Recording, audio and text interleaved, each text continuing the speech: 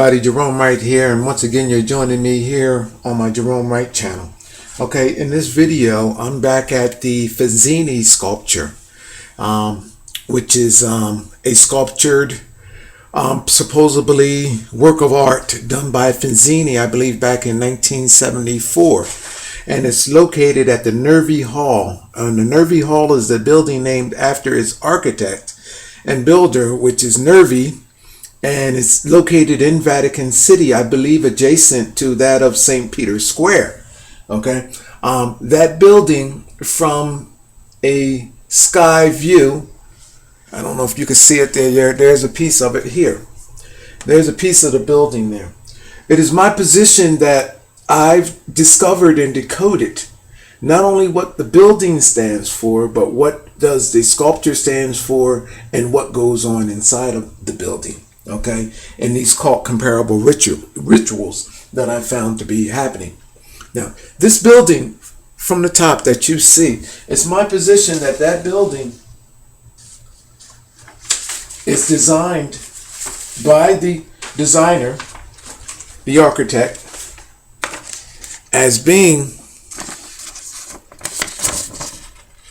a model after a snake. This here is not a cobra head, a boa constrictor's head. It's my position that that's what this building is modeled after. All right, I'll tell you how I get to arriving at that. I only have 15 minutes, so I have to cut through the chase and get to what I'm going to do here. I'm going to give you an image of the inside of the building and tell you how I arrived at that being the outside, being modeled after a snake.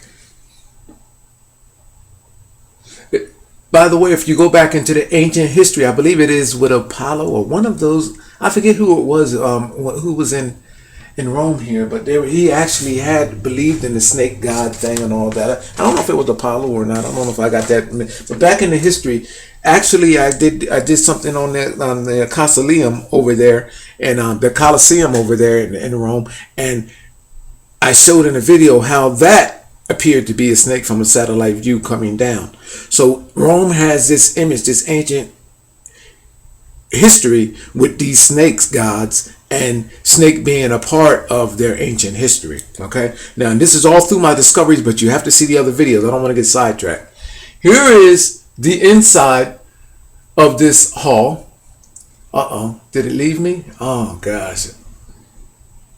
Nope, I have to go back. Go back. All right, I want to go back up on here again. Okay, hold on. Here's the inside of this hall right there. I'm gonna have to go over. I'm on my big screen here. Notice how these guys appear to be snake eyes, the center piece coming down off the snake's nose, and the mouth here, which would be the teeth. Notice that this here appears to be a reptile looking inward at you. Now this is on the inside. Now this is what we would look like our movie theaters and how it goes, or any type of theater where the floor goes down and here's this stage here. But notice how the dome of this building comes in and it has this texturing of that of a snake and the eyes on either side of this building. Now that I'm talking about the eyes, remember when I said that that building is modeled after that of a snake? Now, the closest that I came to with these dome glasses are Vesica Pisces looking glasses here, that they are described, this snake's eye, first of all, this is a snake's eye. And the closest that this comes to being that of a snake eye is even with that of the boa constrictor. And when the boa constrictor sheds its skin, it's go through the shed cycle, it gets what they call an opaque eye. An opaque eye. It's OPAQUE. And this is what these resemble. That opaque eye of the boa constrictor when it is shedding its skin, which is appropriate for the scenario that I'm describing here. Because if this building is modeled after the head of a snake, The inside is showing you that this is also a snake. The outside and the interior and the exterior is describing and looking and modeled after a snake. Then these eyes that I'm actually telling you that are opaque eyes are actually consistent with what I'm actually stating. Now, not only that, what is also fascinating here is that the opaque eye of the boa constrictor, when it is shedding its skin and is being described as I'm describing it here with these windows, these oval shaped windows, also can be described with this glass style. So this is also can be described as an opaque glass glass design. So it's the same thing. So the definition are twofold: that of for the snake and that of for the glass that is here. You get me? Are you with me, people? So opaque in snake is appropriate here, and opaque in this type of window design is appropriate here. So the definition for these windows being here, or the presence of these windows being here, what I'm describing, the description, is appropriate for both scenarios, for the snake and for this building, as well as everything that is there. Now, let's go to where else we see the snake and the serpent here. In the Fazzini sculpture, I have a video here. Christ here. This is Christ. This sculpture is of Christ emerging from a nuclear explosion. We all know that there was no nuclear explosion in Christ's time.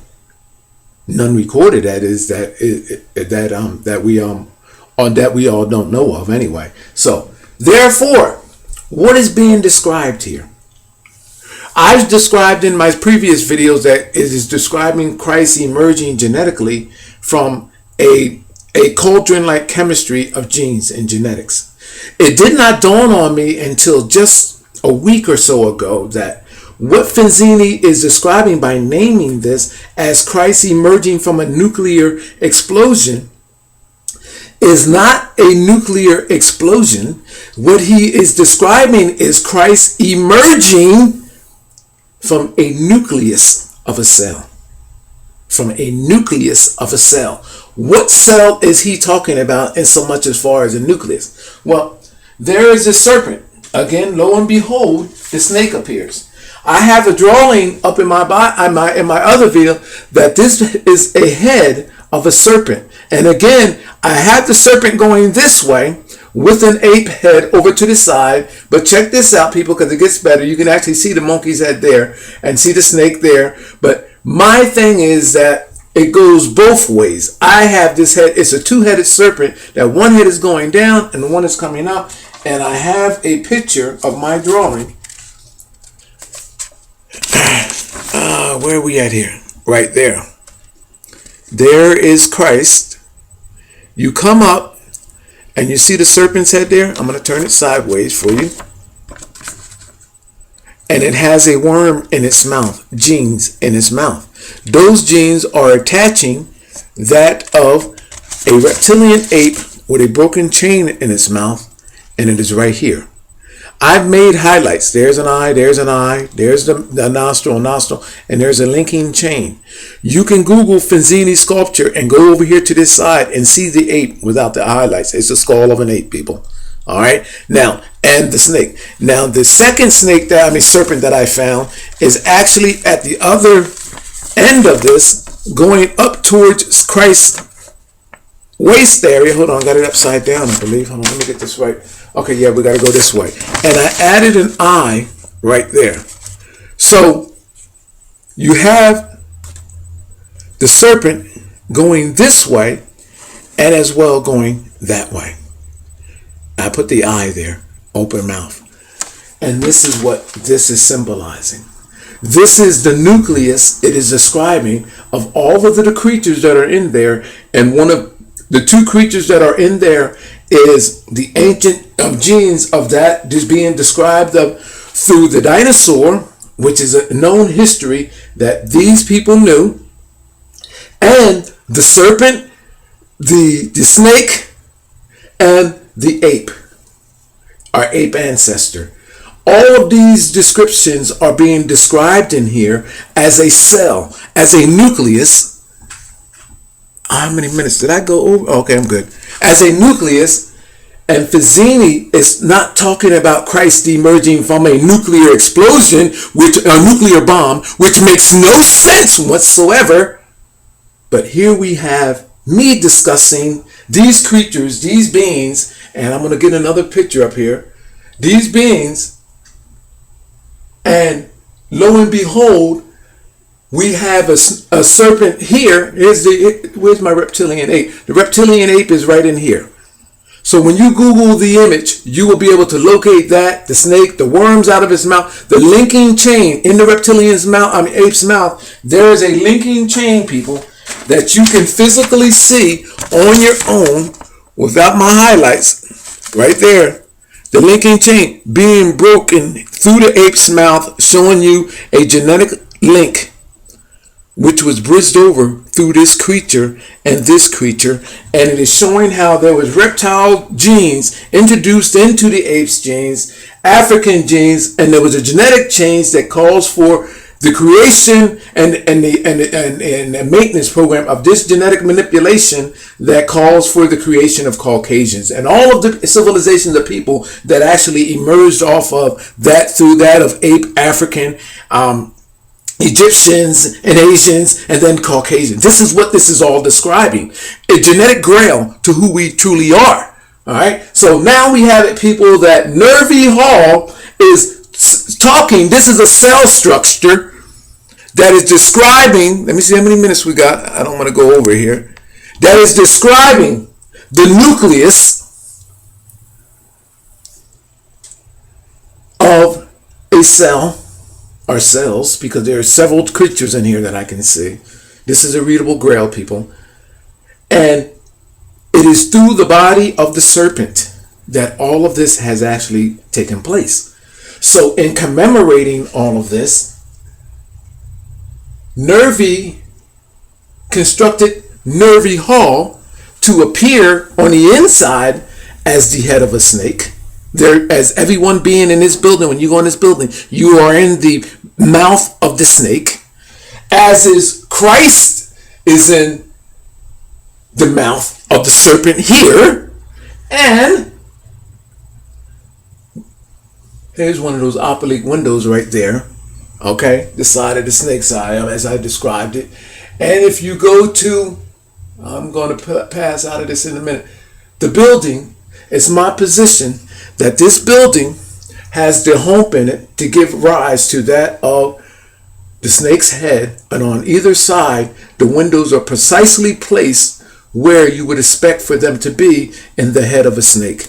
With that, people, I'm going to end this video there. My name is Gerone Wright, and if you like my video, like it. If you don't. It doesn't make a difference because I'm dead on point. Thank you. Appreciate you.